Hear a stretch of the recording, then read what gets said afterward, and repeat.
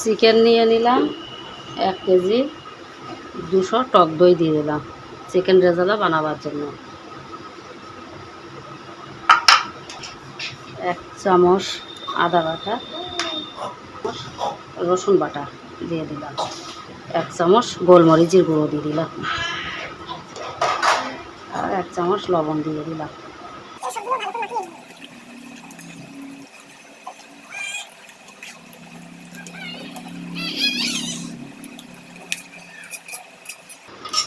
মাখানো হয়ে গিয়েছে, এবারে 1 ঘন্টা ঢেকে রেখে দেবো। অল্প করে কিছুটা তেল দিয়ে দিলাম, ফোড়নে একটা ডালচিনি আর একটা তেজপাতা দিয়ে দিলাম, অল্প করে কটা গোলমরিচ দিয়ে দিলাম, একটা কালো মরিচ দিয়ে দিলাম, একটু ঘি দিয়ে দিলাম 2 চামচের মতো,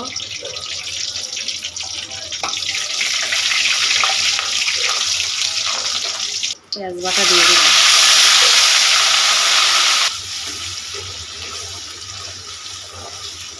এগুলো পেঁয়াজ বাটা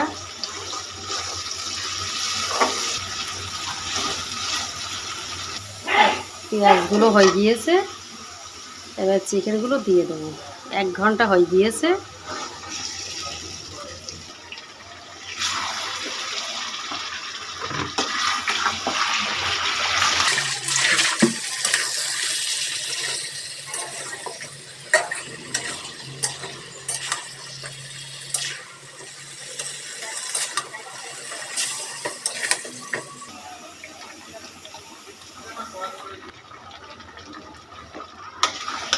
আদা রসুন বাটাও দিয়ে দিলাম।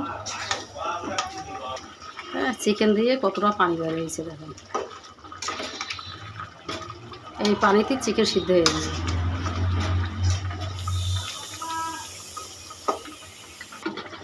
আমার কাছে কেশর ছিল না, তা আমি অল্প করে সামান্য একটু হলুদ দিয়েছি, সামান্য পরিমাণে, নাহলে কেশর থাকলে কেশর দিলে হয়ে যেত।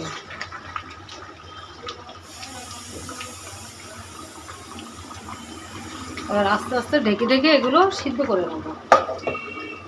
খুব অল্প আছে রান্না করতে হবে।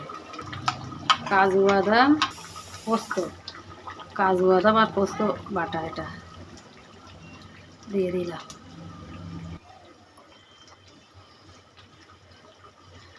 আস্তে আস্তে আস্তে আস্তে আস্তে হওয়াতে হবে, খুব আস্তে আস্তে জাল দিতে হবে। হয়ে গিয়েছে, এবার একটু কেওড়ার পানি দিয়ে দেবো। ধনিয়া, জিরে আর মৌরি আর গরম মশলা ভেজে গুঁড়ো করা, সেই মশলাটা একটু দিয়ে দেবো, দিয়ে একটু নেড়ে দেবো।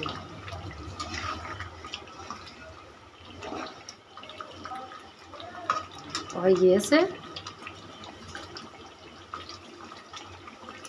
দেখো বন্ধুরা রান্না হয়ে গিয়েছে। চিকেন রেজালা কেমন হয়েছে দেখো।